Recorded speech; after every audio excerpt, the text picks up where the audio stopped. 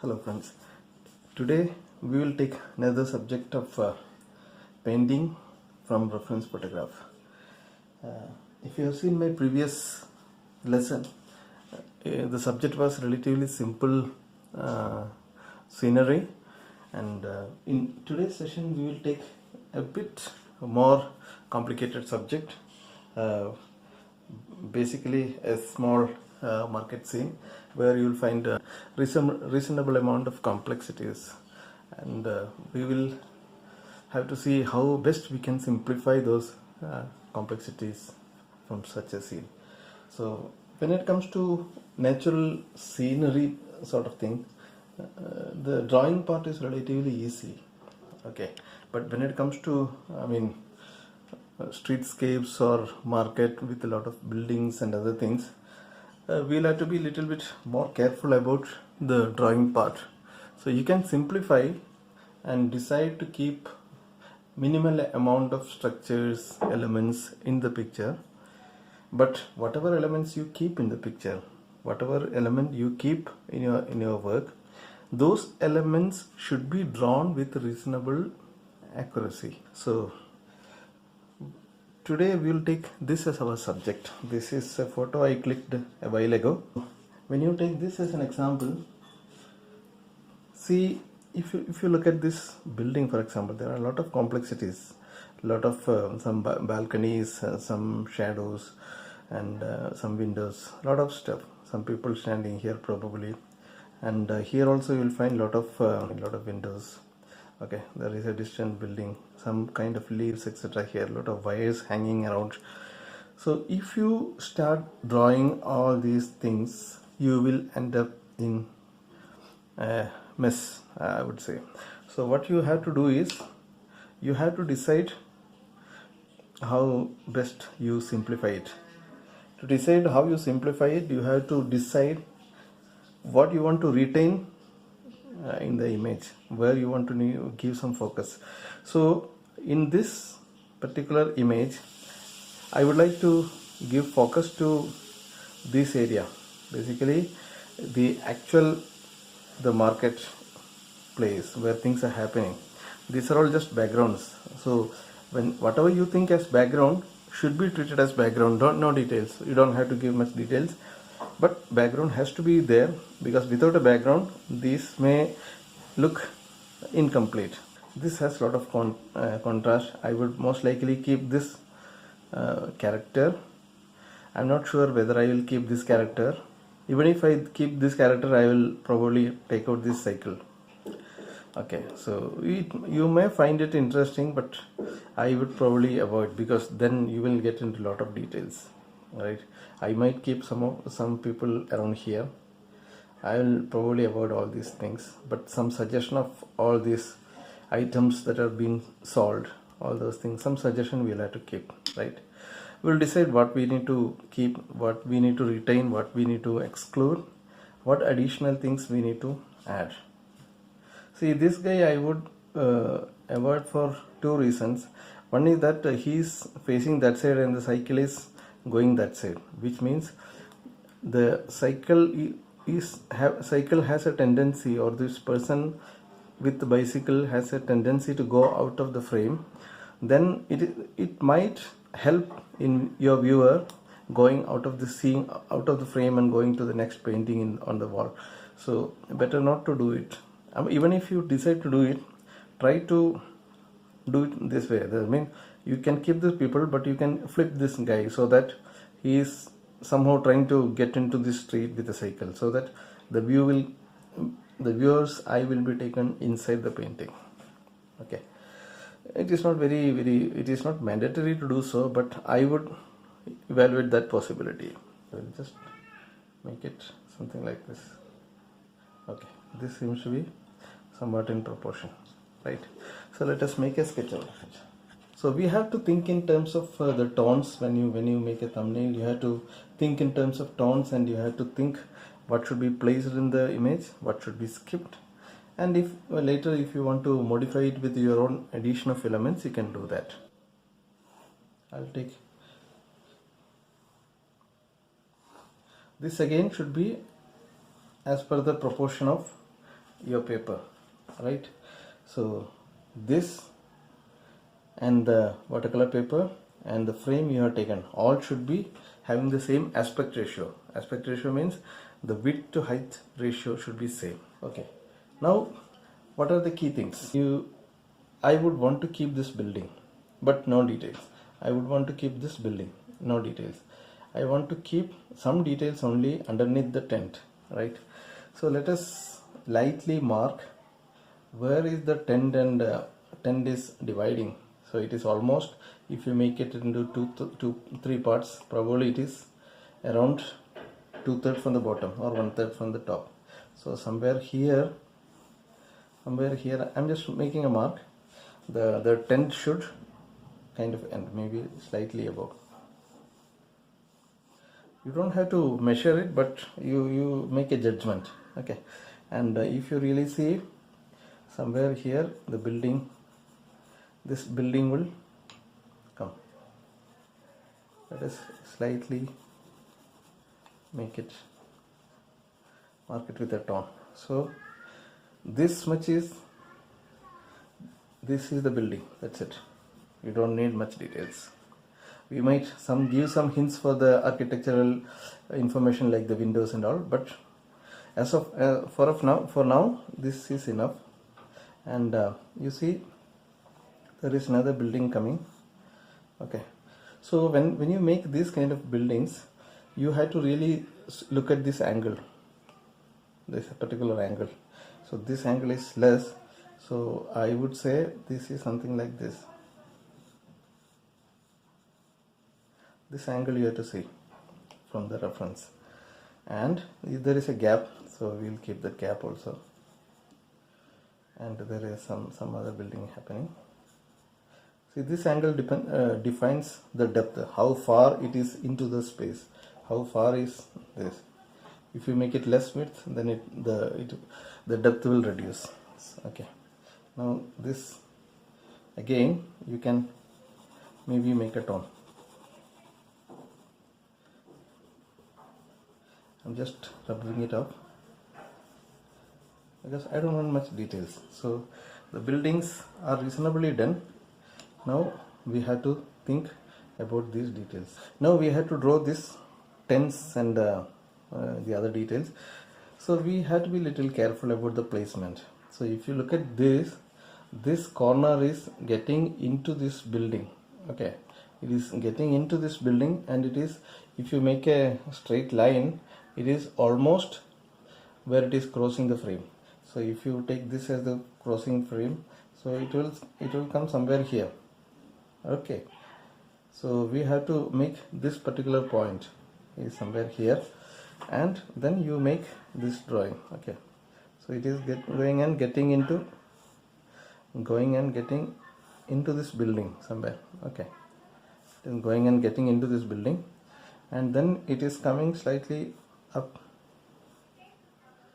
Okay, and this corner, if you see, it is somewhat here. So maybe we make it something like this.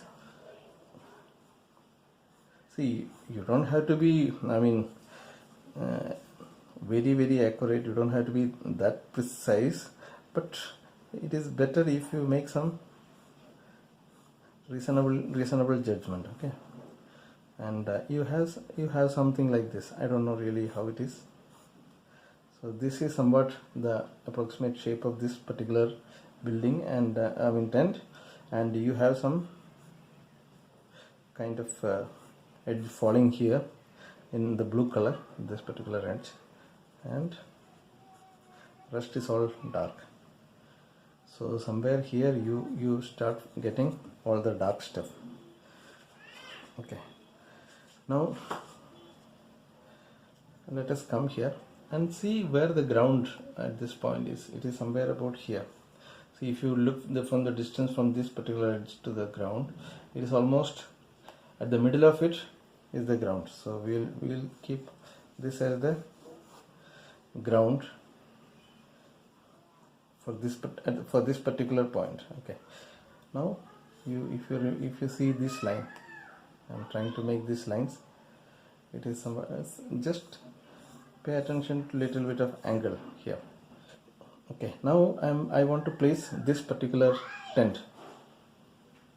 Okay, now if you really look at this particular edge starts from here, slightly at this, slightly above this point. So if you extend this curve something like this, try to see this entire thing as a kind of a curve. So if you see in that way, it moves like this. Okay, now somewhere here it goes slightly up and it comes something like this. Now here you have the low, just I am kind of suggesting where these things are. The angle is little important, right? You don't have to be exactly following that. I'm just trying to make some correction. I'm just trying to see how is the shape of this blue area. You don't have to be accurate. You can always make some correction.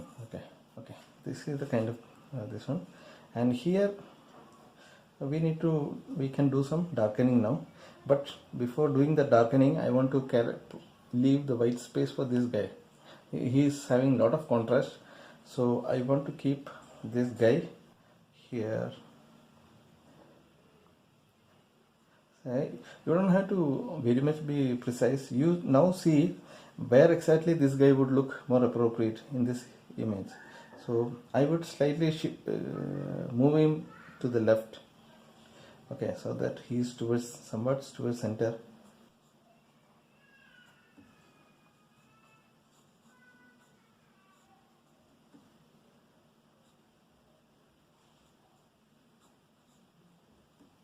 This much is enough. Okay, this much is enough for this, and there is a lady coming here, so maybe we'll suggest her foot is here, her head is here, so accordingly you have to decide her body. Okay,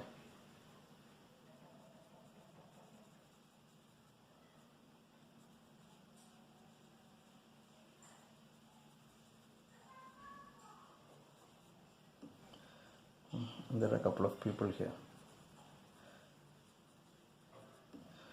Now this much is good enough for the people, I think.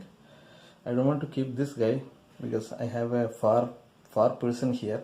If I make this guy here, then it will overwrite this particular guy. This guy is in fact helping to get the depth. So I will keep this, and the nearby person, this person I will leave. I will keep this person probably. Okay, now we have I like this particular table sort of thing. You see this table, this is helping to get the depth, this particular table. Okay, so I want to keep that table, so that you need to respect this particular line which is coming from here up to this one. So from somewhere from here it is going up to this. It is little bit more at an angle kind of thing. Okay, and here you have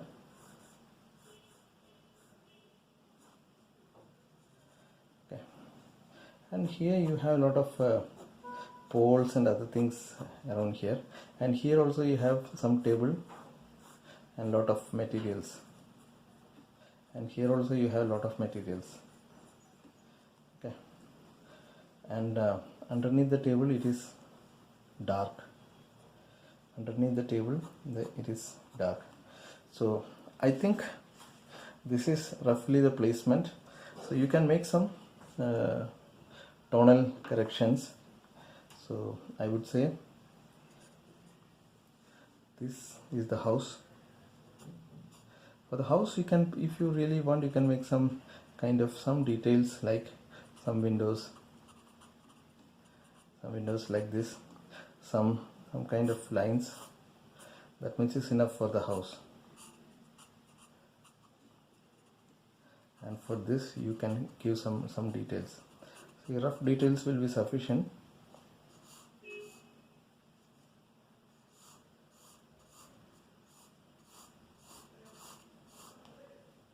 Okay.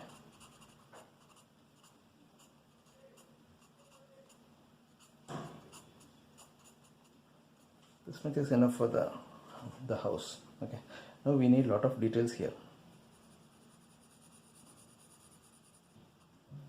This is reasonably dark.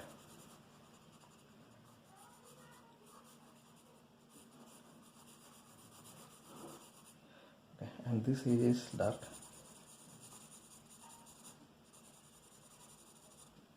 And this entire area is dark.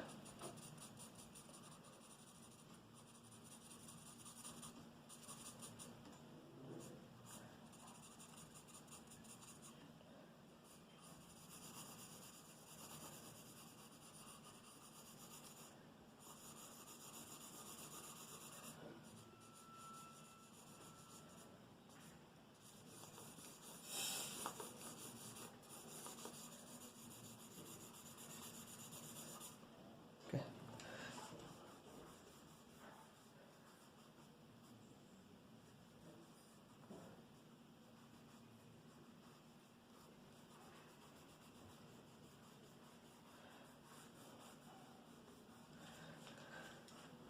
This is dark, and if you want you can even enhance those darkness.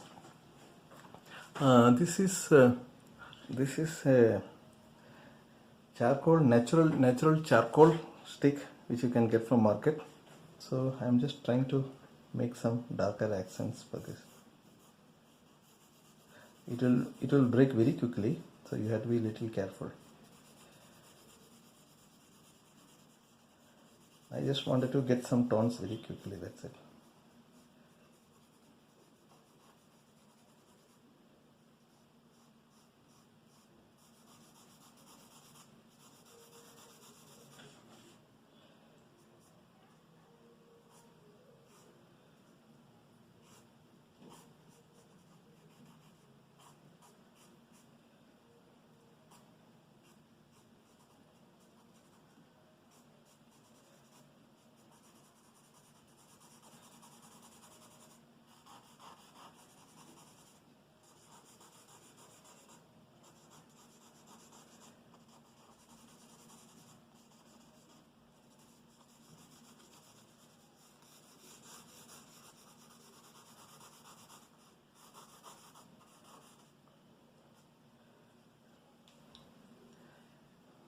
Just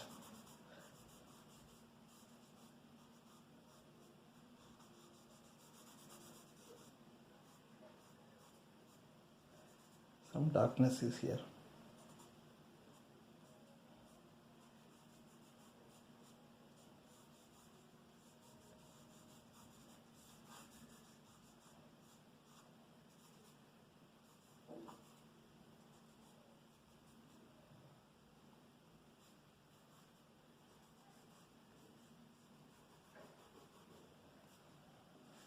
I think here we have sufficient information now. Now this is how it is going to work. So if you really want, you can make little bit more accents. Maybe I'm using some white. This is some white charcoal pencil. Just if you want to make some additional accents kind of thing. Lot of poles and other things etc. will come here. Okay.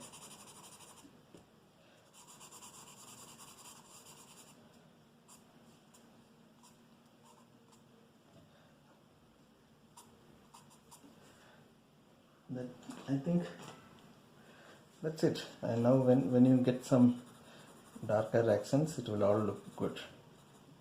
With some people, I think we have erased those people.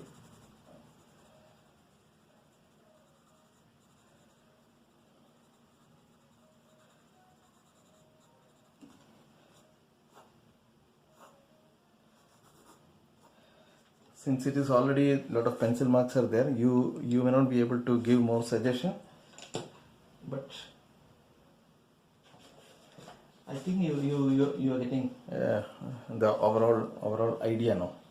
Okay, so we will, with this information, I think we can go to the watercolor painting. Now coming to my palette. So this is my palette. So I have arranged it from blue, green, brown, reddish and yellow.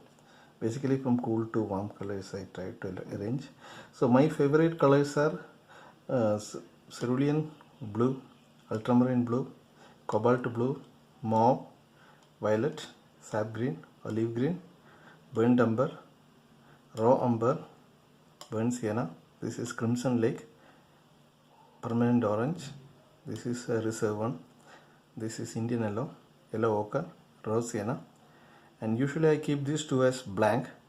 Currently it is having some residue paints. I mean, this is vermilion red and this is some blue. I don't remember which blue it is, but I don't usually use it. I just use for some trials. And I use little bit of white for occasional touches. And for the brushes I use, for this particular work I used a reasonably big number 18 size round brush, synthetic one, okay, and some medium sized round brush, again synthetic, another small round brush, synthetic, and a liner brush for lines and small works. Okay, so basically when you go for this, for the big brushes you try to pick up someone which can hold a lot of water. So though it is synthetic, I have seen that this holds quite a bit of water, so you can go do large washes with this. For the medium and small brushes I really look at how pointed it is and how much it retains when if you bend it, if you apply a stroke, how quickly it comes back to its original position, how it retains tip, and what is the kind of elasticity or spring action that it has. Those things, if you feel comfortable, you can go for that. That is how I do it, right? And for the paper I used a quarter sheet Indian handmade paper, which is 300 GSM, cold pressed. So you have to get used to different papers and identify which one suits your style of work, right? Okay, if you don't know what a quarter sheet is, it is slightly smaller than A3 and the size is 11 by 15 inches. Alright, now we have made the thumbnail. So the thumbnail is not to be treated as a finished work. Thumbnail is just to get an idea of how it is going to be looking when we complete the work, and it is also a process which forces you to be focusing on the subject. So if you make a thumbnail, then you have to simplify, you have to make it in a small scale, then you have to really focus into the subject. So what happens is that your mind is getting too much focused into the subject, and you get a lot of clarity in your mind of what to do and what to keep, what not to keep, and all those details, because a lot of focusing is already there, and by the time the thumbnail is done, your mind is already filled with a lot of information. So you don't have to keep looking at the reference for the information. Most of the things are already there in your mind. So okay, now let us come back and draw some very initial sketch to the watercolor paper. Okay, so if you remember, we had somewhere 2/3 or so, somewhere up to here you had the what do you call it as the top of the tent, and somewhere here you had the building. Okay, and the other building we had somewhere here, and this angle was little steep, if you remember. Okay, see, errors are okay, you don't have to be very precise, you can always keep some errors. Okay, there were some tiny foliages here, if you want to just keep it, but otherwise it is not required. The accuracy of this is not really important, but there should be some interesting curves, interesting bends, etc., so that it altogether looks a little interesting.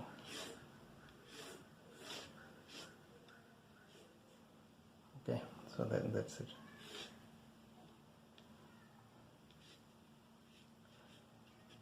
the exact shape nobody is really bothered to understand. Whatever you make should be interesting, that's it. Somewhere here and somewhere here should be the path.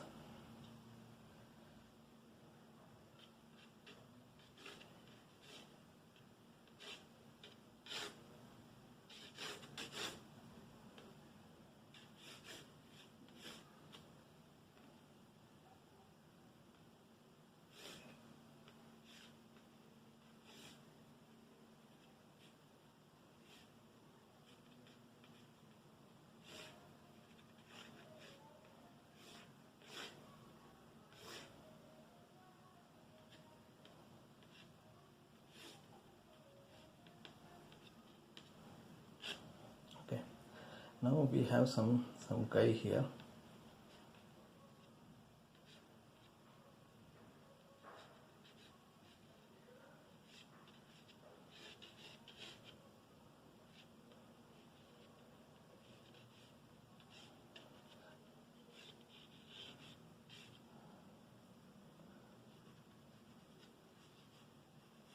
I'm not exactly drawing him, but we can always correct those things when we really what is paint.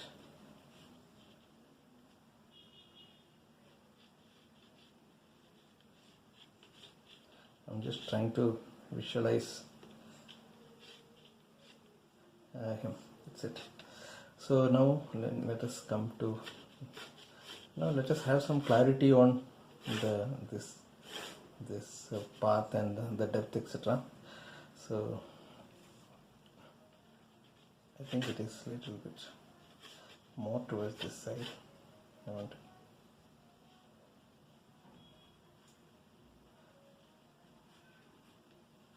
There is another lady coming this way. There are some people here.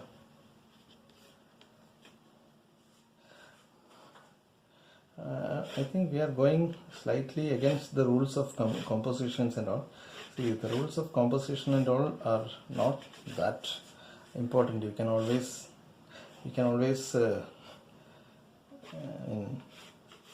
take your own decisions. Okay, so lot of things here. I don't know what these things are. Something here. I tend to give details, so I have to avoid that. Okay, now this I would say is will be the sketching. Okay, there are a lot of things you could do, but I'm not really worried, right? Okay, now let us get into the washing phase and then detailing phase later. Now if you look at these drawings are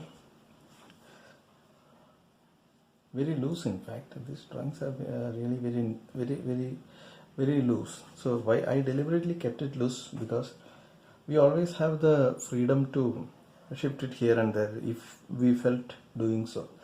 So we should, I think I am of the view that we should have that freedom unless we go for a very realistic representation of the subject. So we should always represent the subject in our own way. So I feel that way. So I'm making it loose and I keep the freedom to modify the things. Now for washing it, I wanted to keep this area with a very pale sky.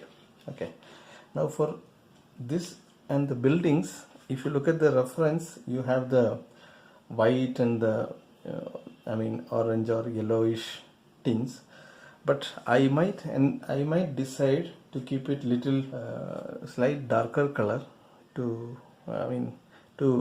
just make it look like a background, a vague background. Okay, so I don't want to give much detail, so for that reason I'm just trying to keep that as very light. So I'm just taking some cobalt blue. I'm just making some touches here and there. Very pale. I want to keep it very pale. Maybe I want to keep a touch of crimson lake. I don't know why. I just wanted to keep it that way. See, that is what I mean. You should always listen to what your mind says. Okay. Now I'm just taking plain water and filling it. That's it. I'm not really interested in very detailed sky. Okay.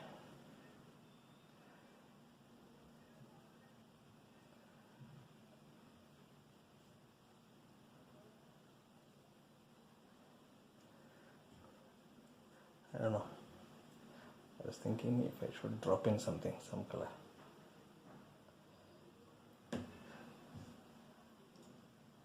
You don't have to do it exactly the way I'm doing. I'm just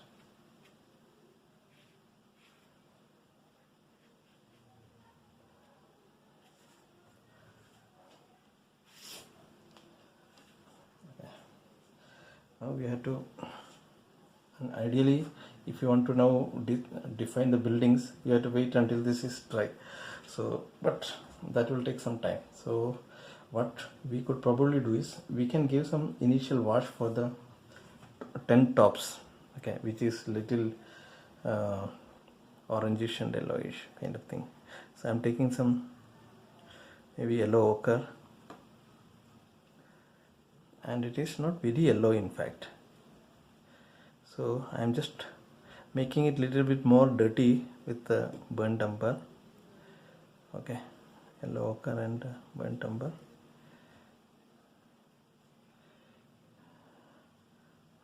I think we need to make it a little bit more.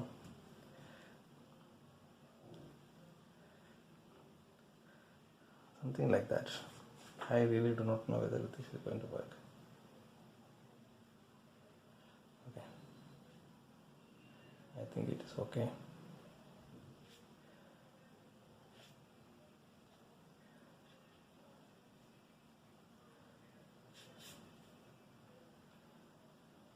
If you really see, there are a lot of bluish tint also. So I am just using a little bit of cobalt to blue violet mix that we have here. I'm just trying to use a little bit of that to define some of this. So you have to always think of the tonal differences.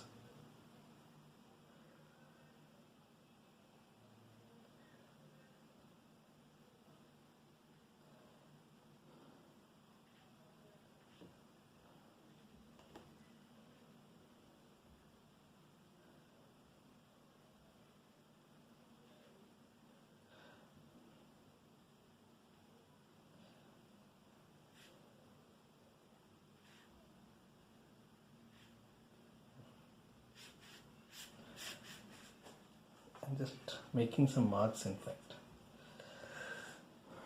Kind of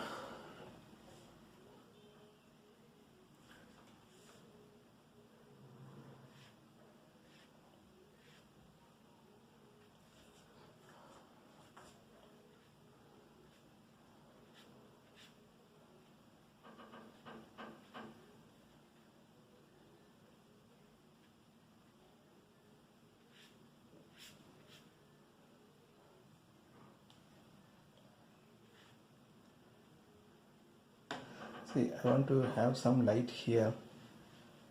Okay, so I'm just keeping that, and rest everything probably I will,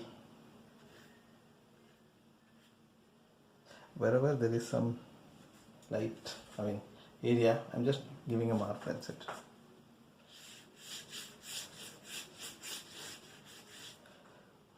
Now I will give some darker tones. Okay, so that is how we make the dark. Blue is okay, and at this area it is mostly brown, so I will make quite a bit of brown also here, and it is really brown. Okay, I will take some lot of brown area.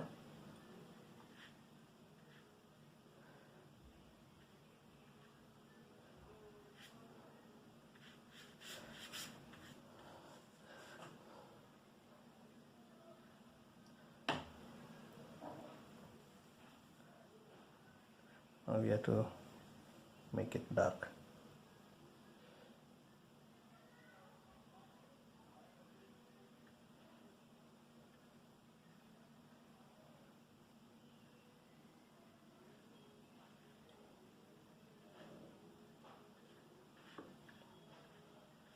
Let a lot of things bleed and make some texture, okay? And this I want to keep it white.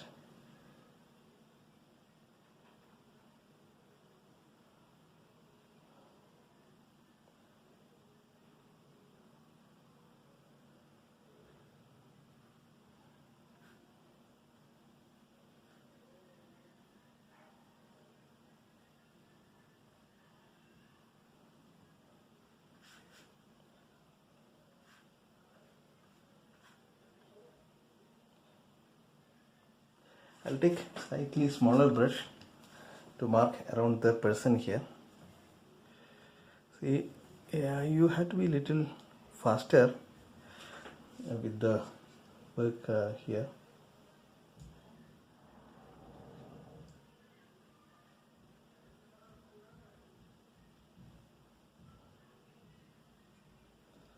Okay.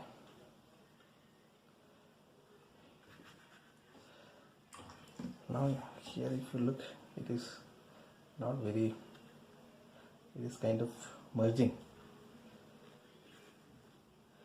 Okay. You have to be always worrying about the tones.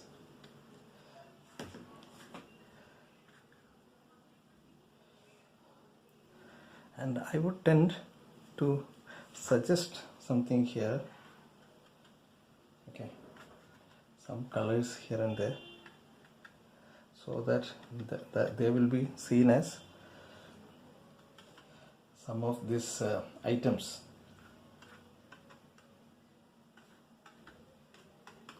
Okay, so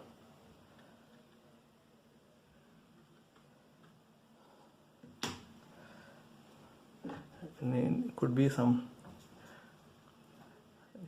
greener stuff also. I am taking some olive green so that it also suggests something, some green vegetables, some fruits, some green vegetable.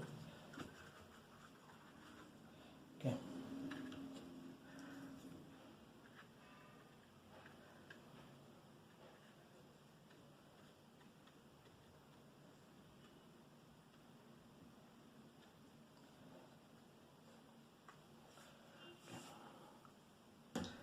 Now let us continue with the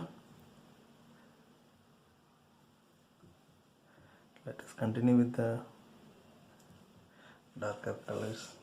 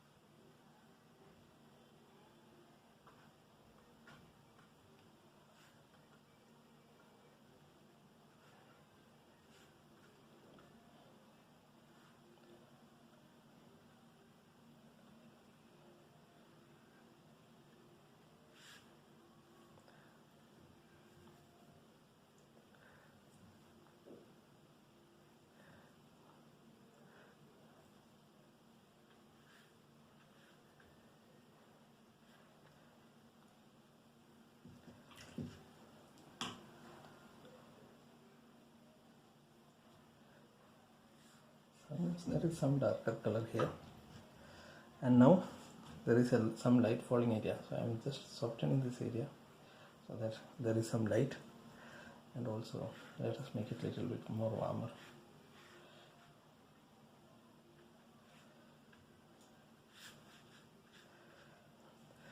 If you wait, then you will end up having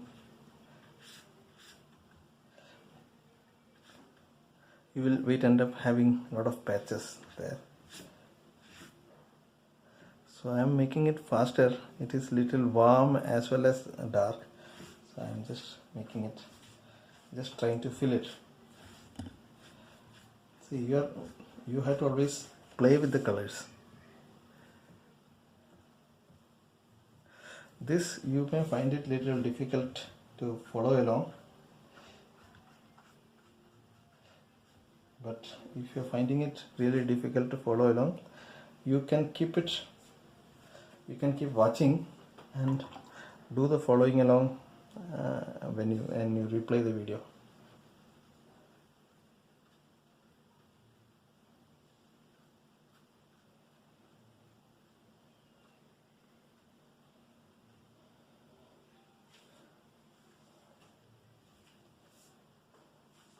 Okay, now I think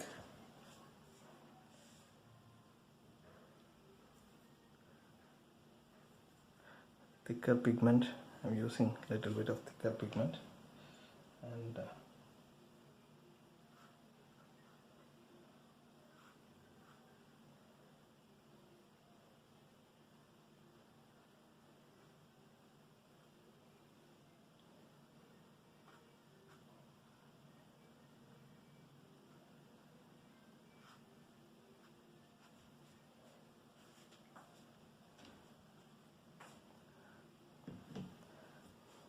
right now we can see that this area is all dry, so we can create the building. So for the building, what I do is I take some violet and maybe a little bit of blue color mix. Okay, some light color, and probably I will make it. I'll just give some suggestion also, something being there.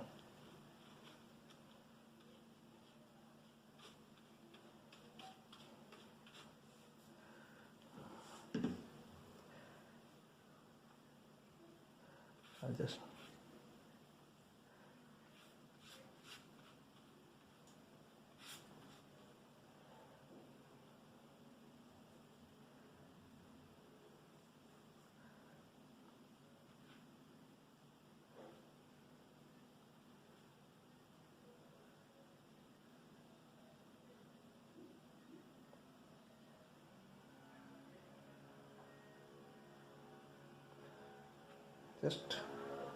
being little precise at the edge. When it goes to the edge, I'm switching to a smaller brush. This, when it comes to the edge, what we are actually doing is some kind of a negative painting. What we are trying to do is we are trying to define the edge of the tent.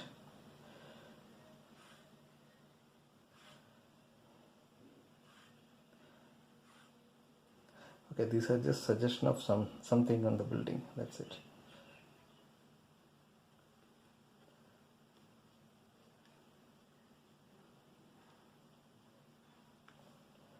Okay. So if you want,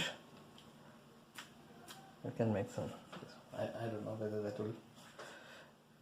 that was required or not. This I am trying to make it little lighter in color.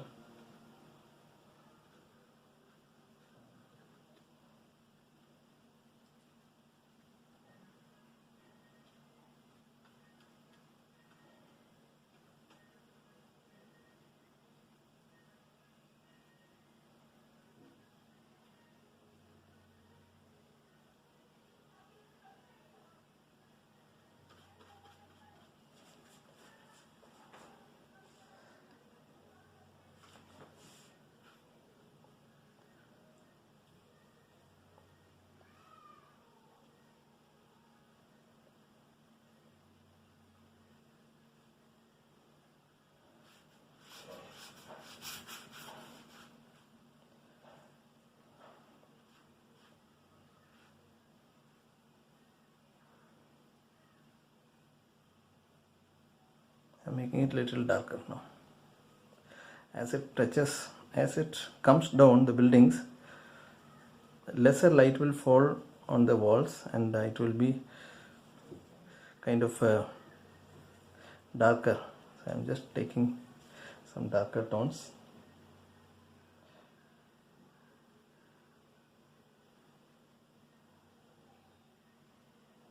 Just suggesting some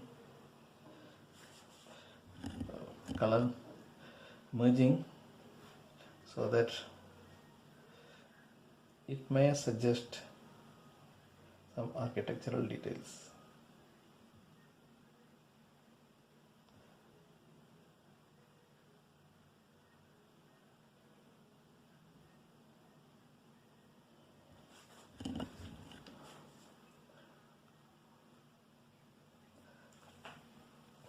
Okay, I'm now using some very plain water damp brush, and I'm just making some lines so that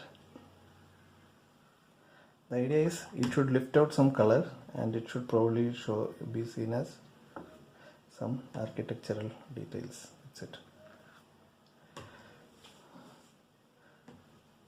Same thing here also.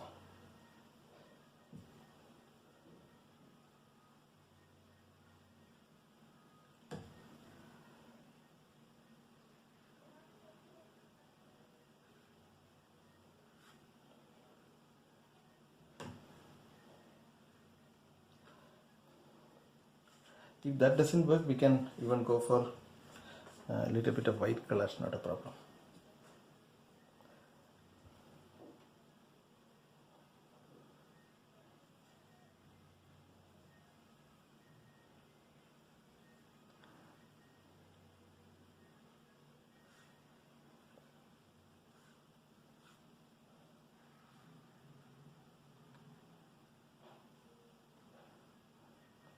See, we have the tendency to overwork. That is what is happening now. I shouldn't have touched it, because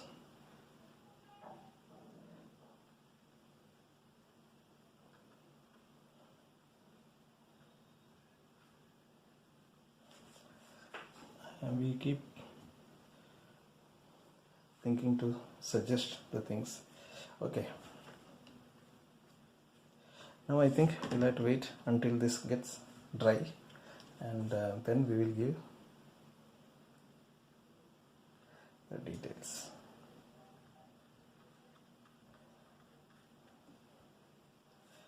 Okay, we'll wait.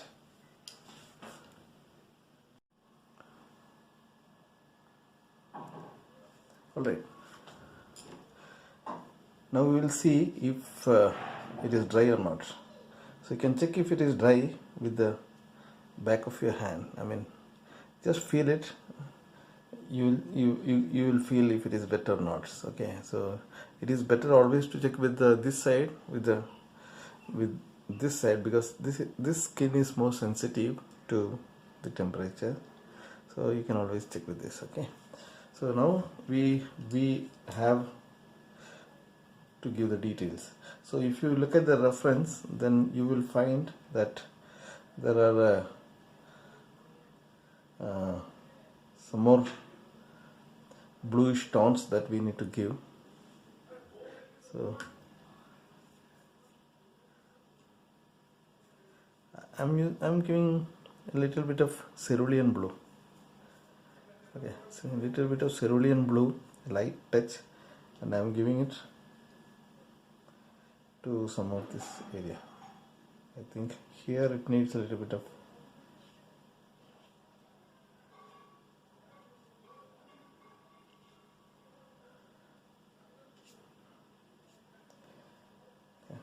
in any other place.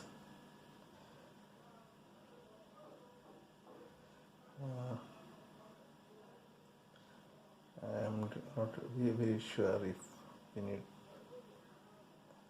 any other place. I think it's okay.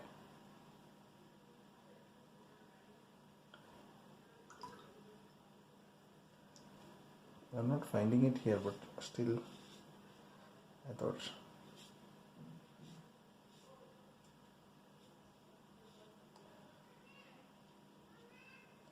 I'll give some demarcation.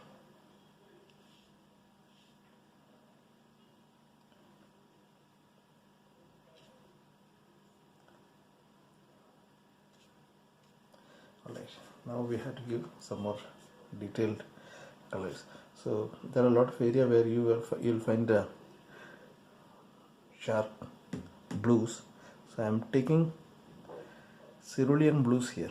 Okay, I'm taking cerulean blues to give that kind of a sharp blue color. Okay, so if you look at here, you will find that there is some sharp blue color here.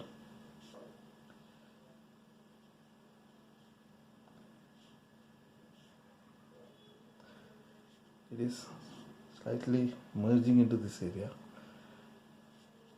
Okay, so I'll slightly merge it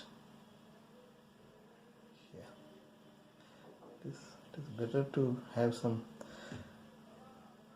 shadow. I mean, some of this blue color might get into the shadows, so I'm just slightly allowing it to merge.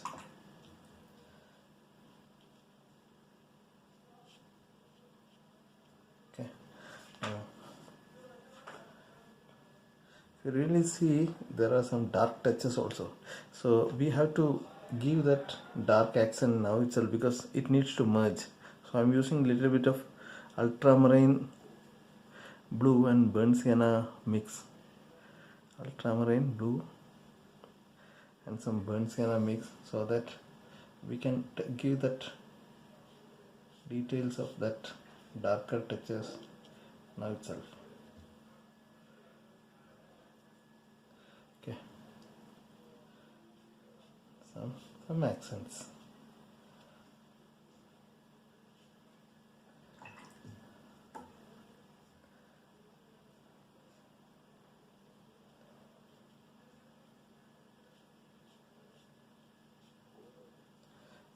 Let it be like that.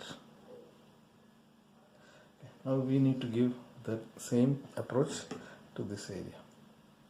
We are going with sharp colors now here.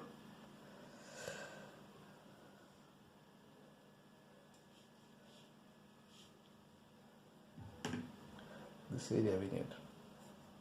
Again, take cerulean blue. If you don't have cerulean blue, you should be able to manage with cobalt blue also. Maybe you could use a touch of white or something.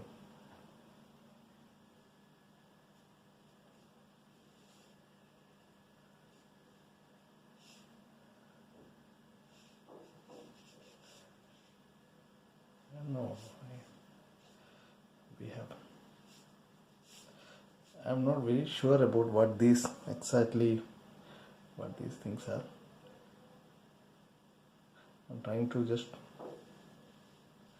trying to copy whatever I'm seeing there.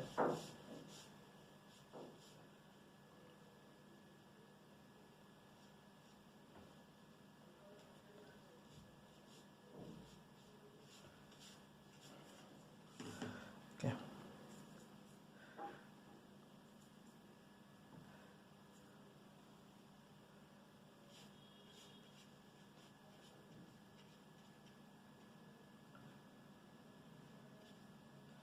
Some of this can even come down. Okay. In fact, we have to make some of this area very dark later, so I think it is still okay that some of these things are still visible somewhere here. If you really look at the reference, you will find a lot of bluish accents many places.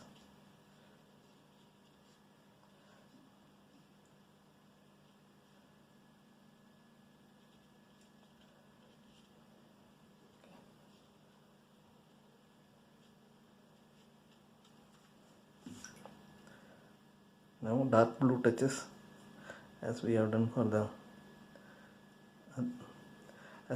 for this area, we need to quickly give some dark blue touches. Some of that can merge it. If it doesn't merge, it is okay. We'll put an effort to make it quick.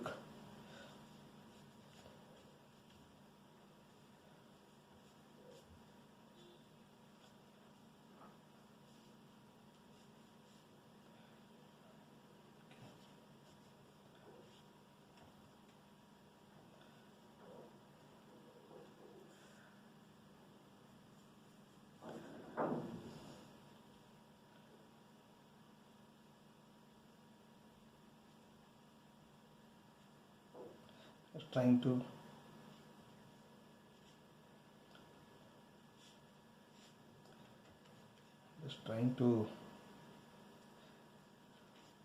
see what is there in the reference, and we need to, in fact, ideally we should try to do some merging to happen, but I'm just using some minor touches with the brush, but this paper is lifting out the colors very quickly, so I am a little bit worried if I might spoil it in the process.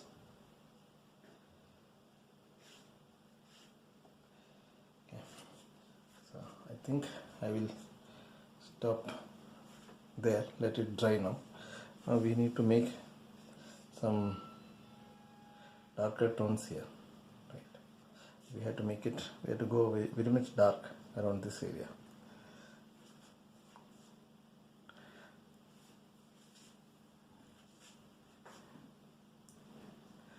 So we need to, if you look at there, it is mostly brownish and a little violetish kind of dark. So you had to be matching that tone. So here by mistake a water droplet fell down, so I'm just lifting it. Okay, now we'll give these details. You don't try to overdo the things. It is very easy. You may very quickly do that, and then things will all go out of control. So you have to be a little careful.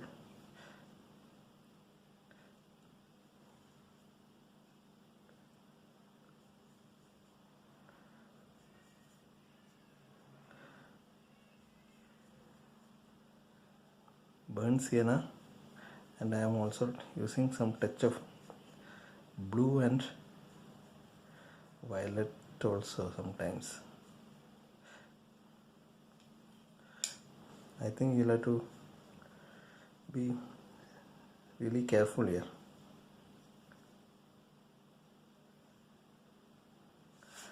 I think I'll need more color.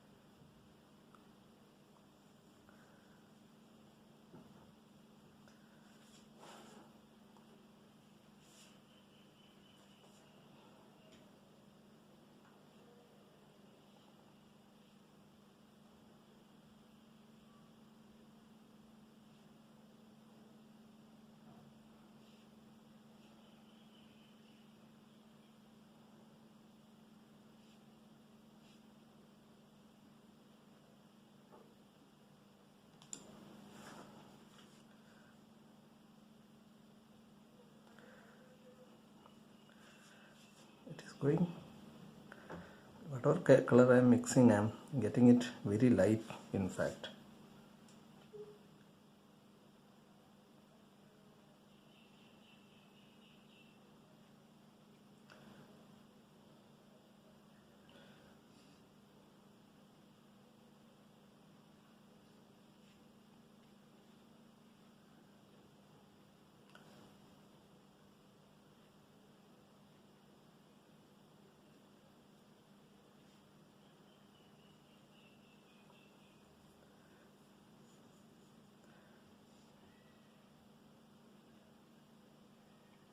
Little precise here.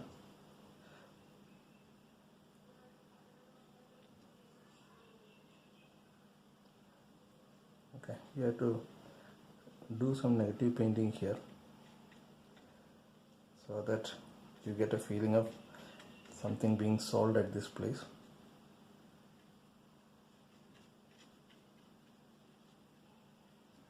Okay, there is some item being solved.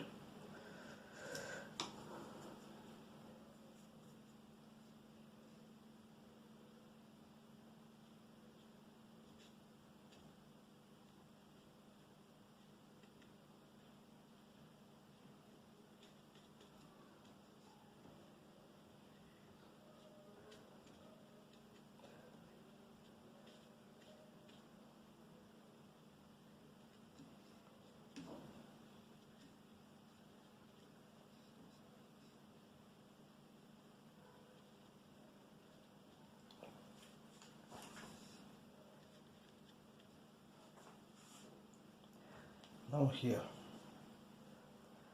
we need to go dark. Dark means very dark. I'm using little thick pigments.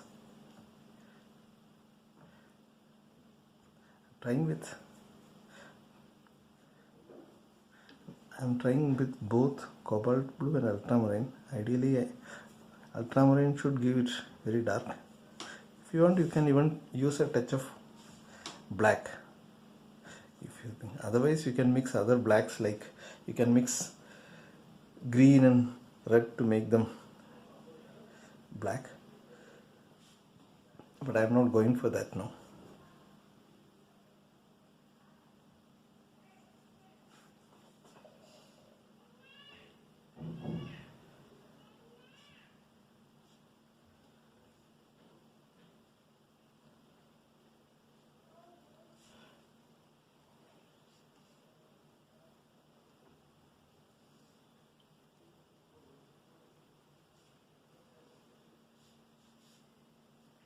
Just enhancing some of this dark.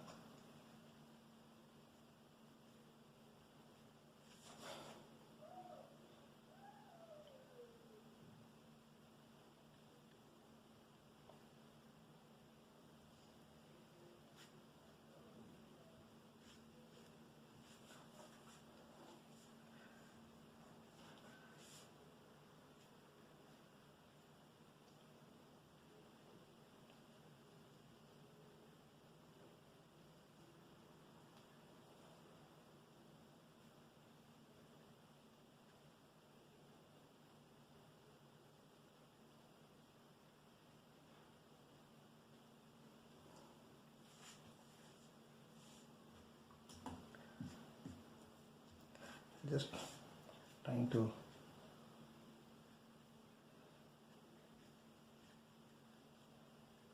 we'll try to define something here. See, you cannot go very precise with all these things. I'm just trying to ensure that we get the suggestion of something here.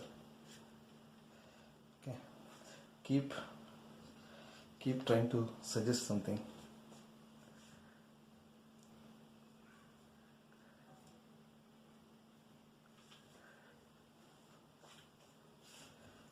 Some negative painting here and there, so that these things look like some of these items to be kept for selling.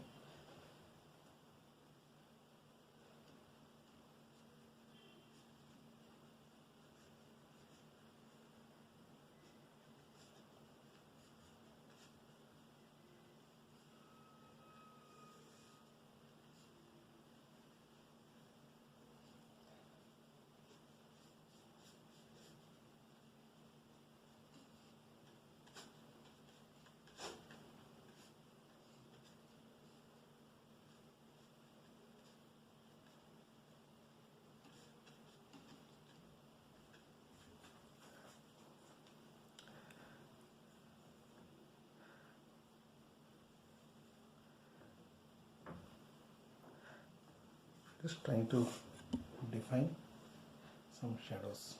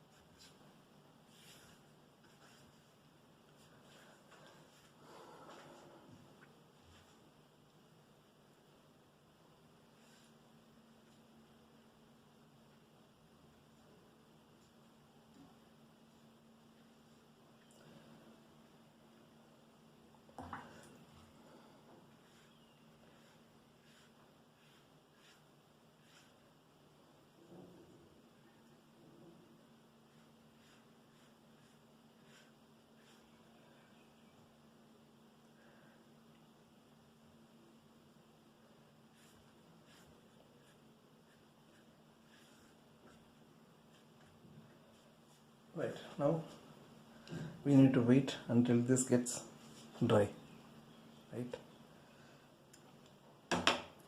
Now while we wait for these things to dry, we can give little bit of darker accents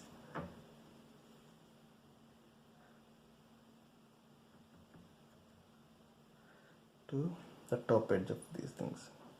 Let it bleed into this.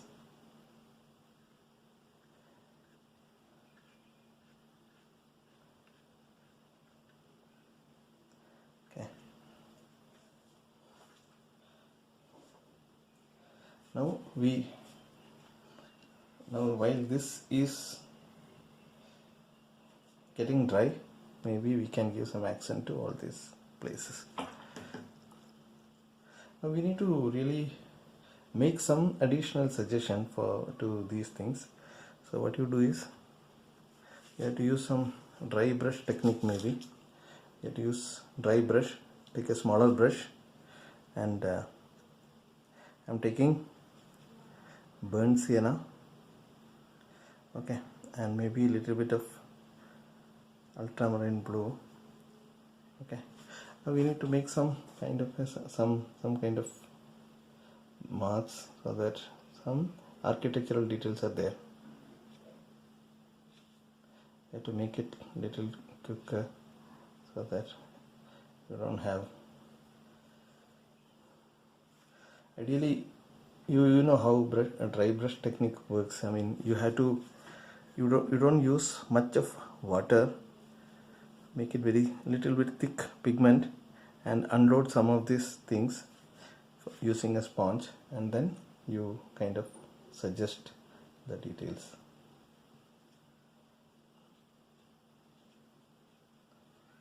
You can also use your finger if you want to make something.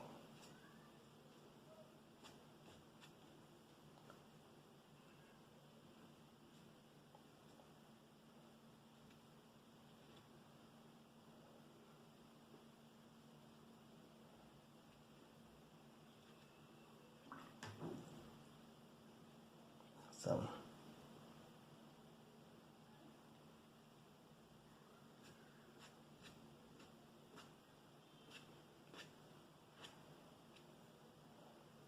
this is some quick suggestions, that's it. You don't need too much of details there.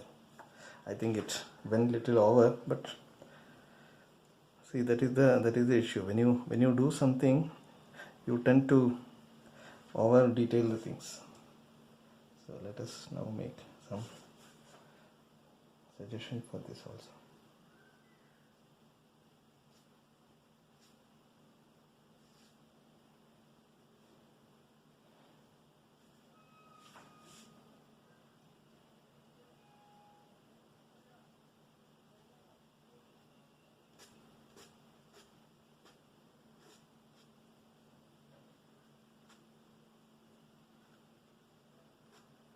Perspective is important.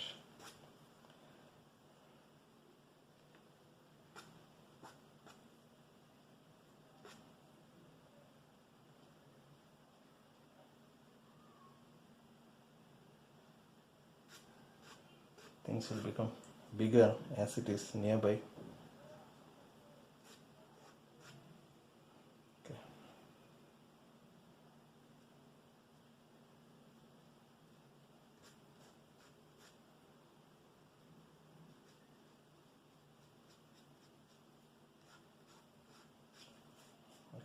I think that is enough for that. Now we need a lot of small wires. So to make the small wires, we have to again use this same thick pigments. I am using burnt sienna and ultramarine blue. Reasonably thick. Okay, so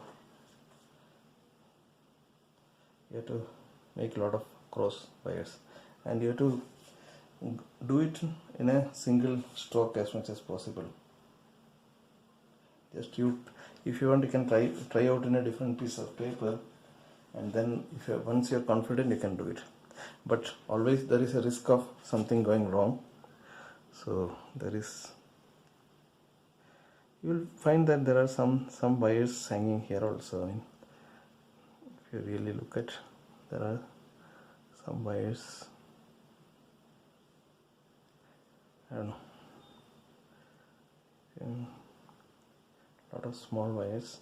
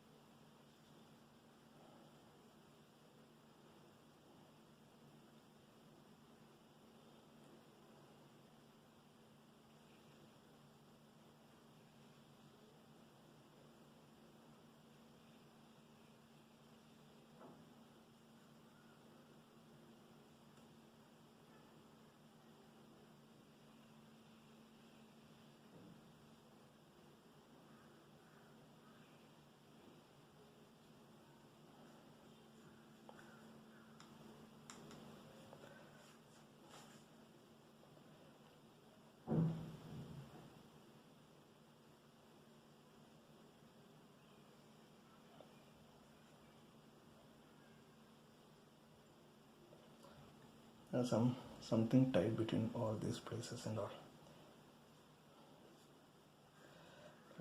Lot of steps, in fact.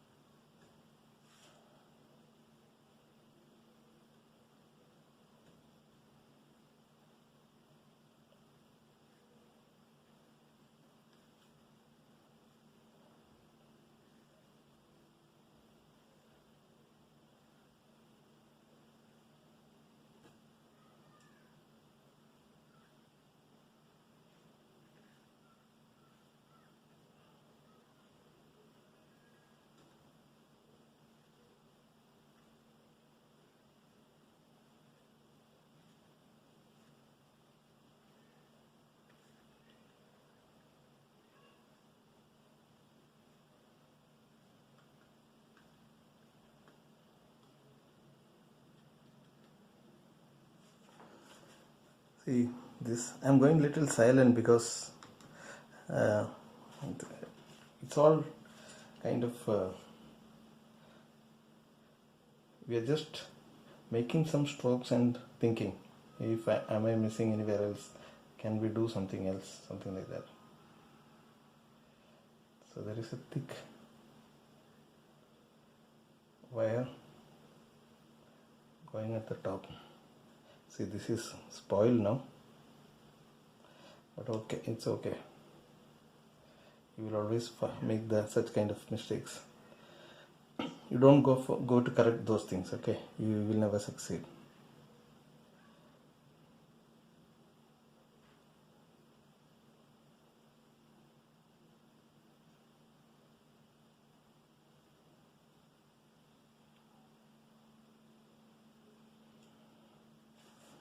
All done. I think now we will go for the details.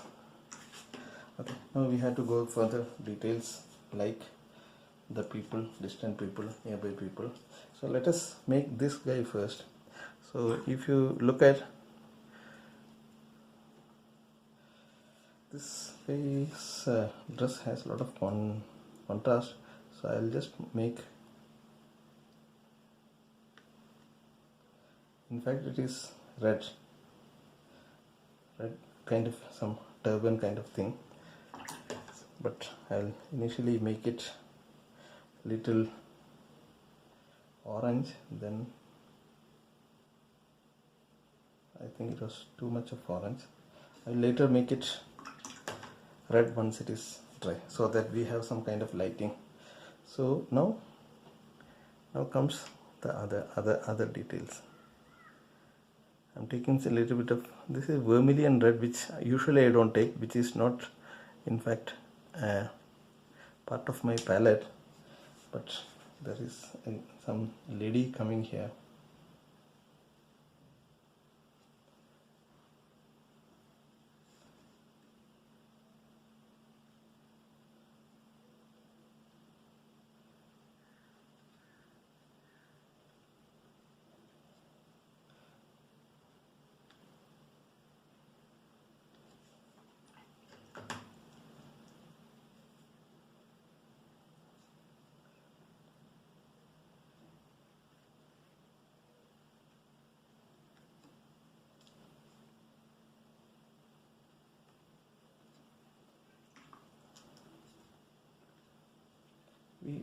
This is something that you should do it with little care, but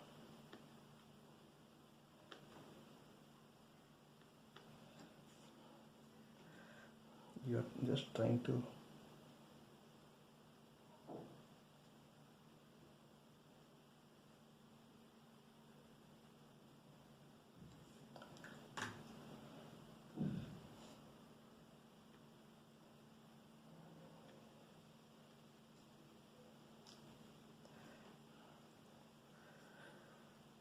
it didn't come out well. I am not happy, but I'll still proceed.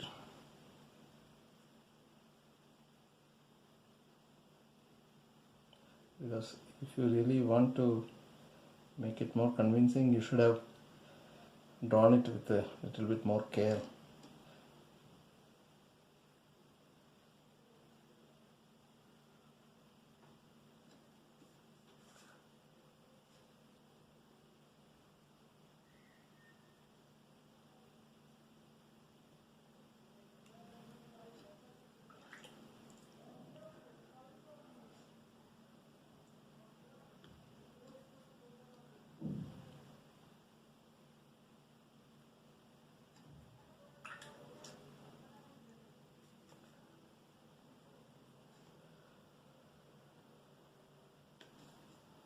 I'm not sure whether it looks like a lady or a male or female, etc.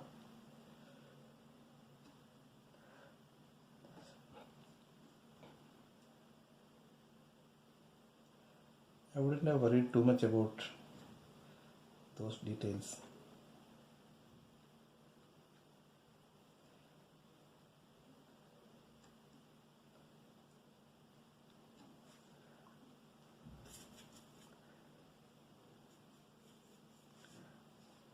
There are a couple of more people around this area.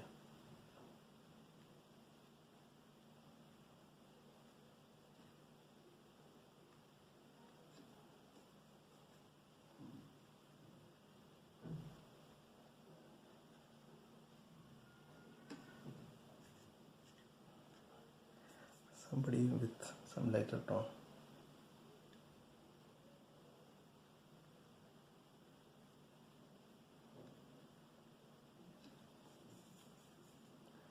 Somebody should be there also, there inside also. Right?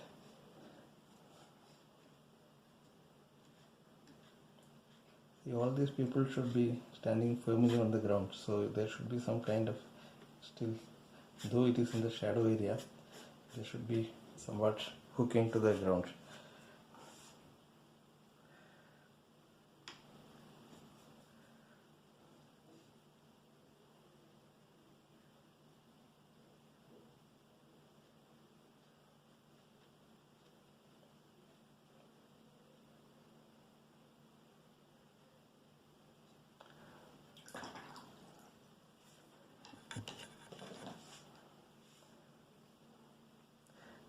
I had to use a little bit of white somewhere, so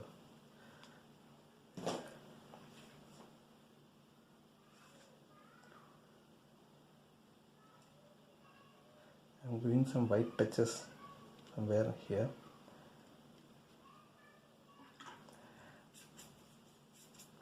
Then I'll use this some lighter tone to do some folding and other things onto the clothes.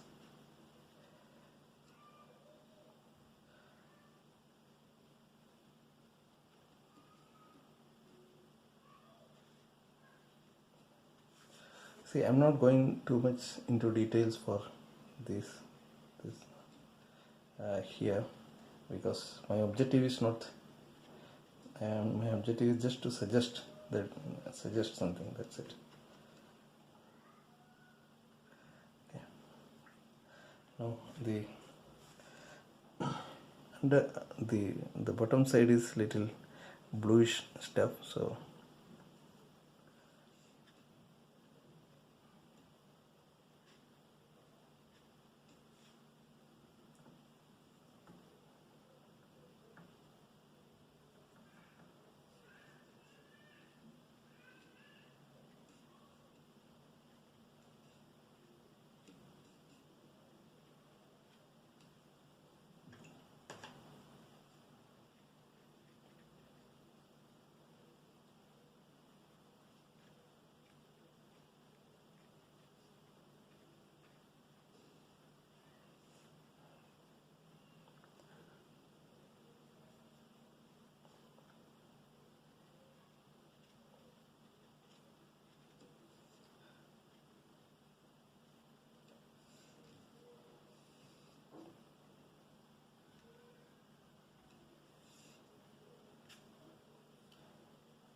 I know his hand is coming backwards, so I just didn't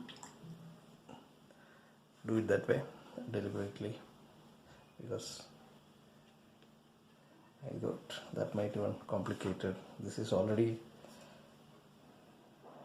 not very precise, so on top of that, if I do the hand like this, it will further probably complicate the things.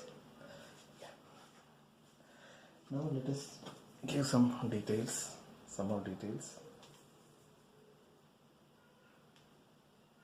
See here, if you want to go very precise, then you will have to go for precise drawing and all. I'm just suggesting some face for here, and also you can do some suggestion of some of these items with thick pigments. Okay, so there could be some person here also selling something. Okay, so there could be a guy here doing some selling. There should be another guy maybe here, just trying to find out some spot where we can make some fake person. So any person here he's under the shadow, so he will have very darker tone kind of thing.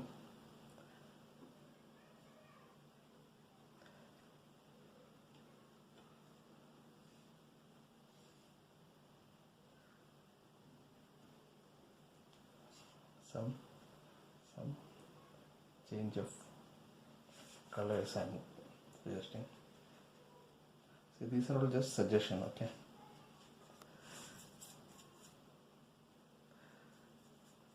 Some varying color I'm using, so that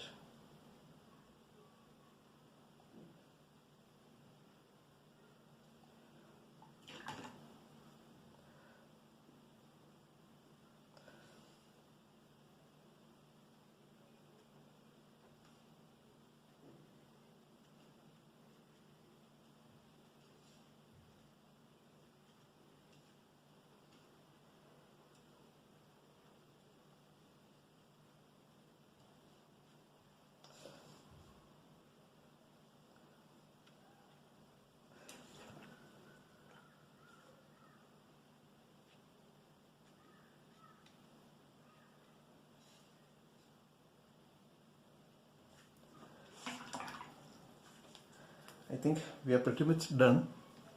We don't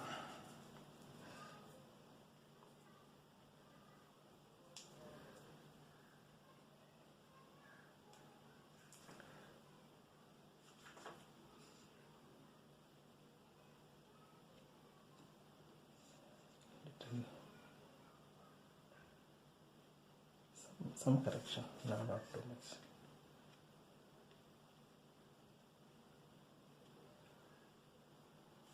Some thick white pigment for some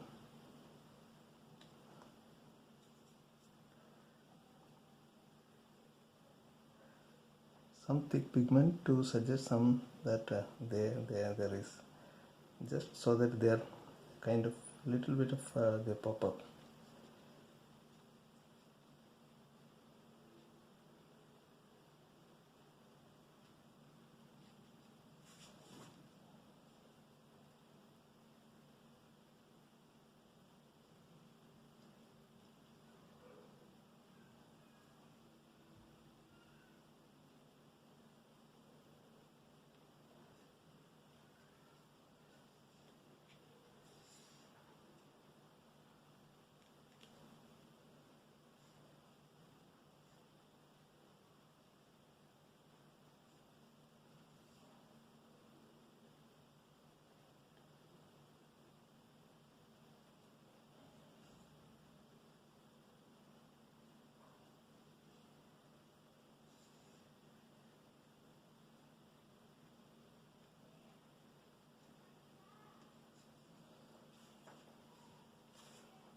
Now maybe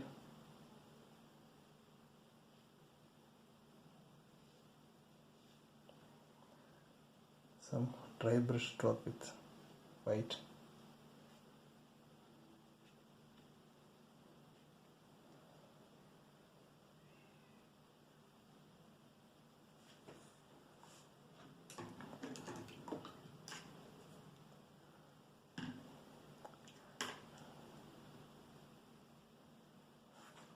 I think it is a little bit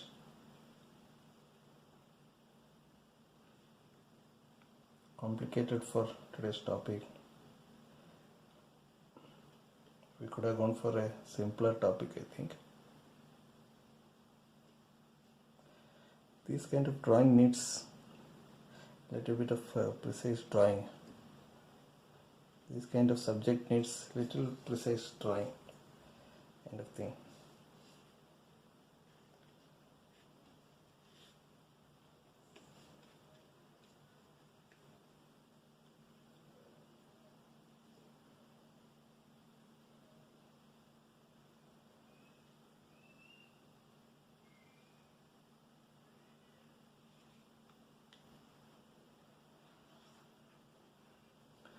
Don't ask me what these things are. These are something to make them look busy, that's it. So that they all look little busy.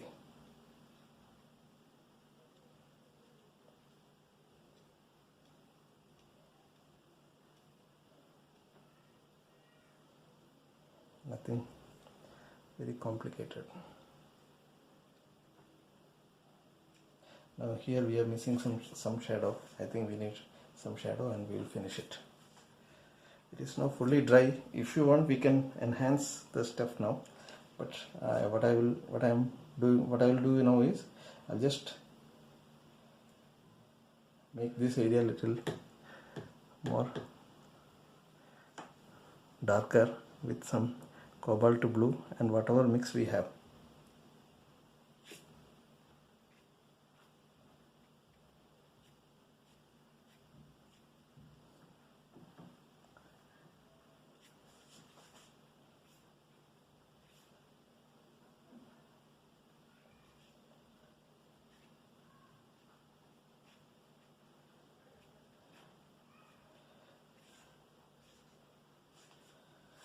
I think we are done now.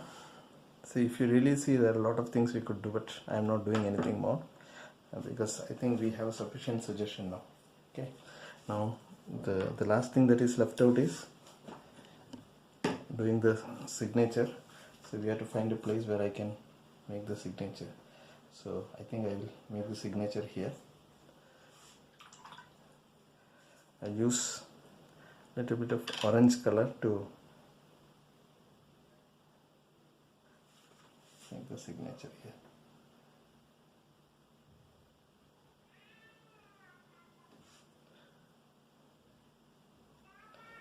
little bit of dilution.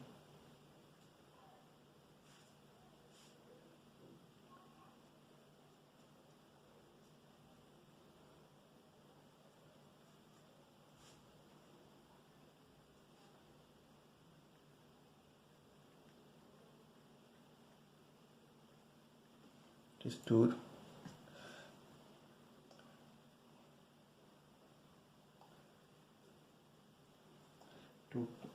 thick pigment, but I'll keep it like that.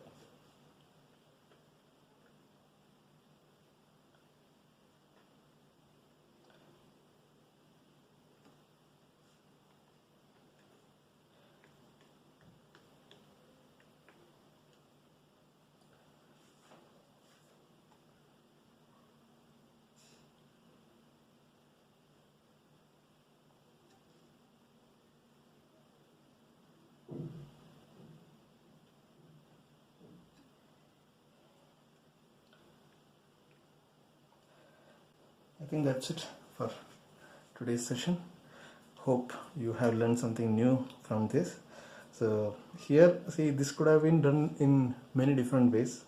So don't worry too much about if your result isn't good, because this is not that such an easy subject. It is a lot of I find it little complicated subject. Okay, so better keep practicing, and it will become alright. This is not usually the subject I should have taken for teaching class, but we should practice all kind of works. Okay, so that is the reason I took this. So if you have any doubts, you can let me know, and if you practice and if you want to have any review kind of thing, then you can send your works to me. I will provide my feedback. Keep practicing and keep mastering the skills of watercolor. Thank you very much. We will see in the next video. Okay, now we will take out the tape. This seems to be dry enough. It is still little area is wet, but I think we'll take out the tape now.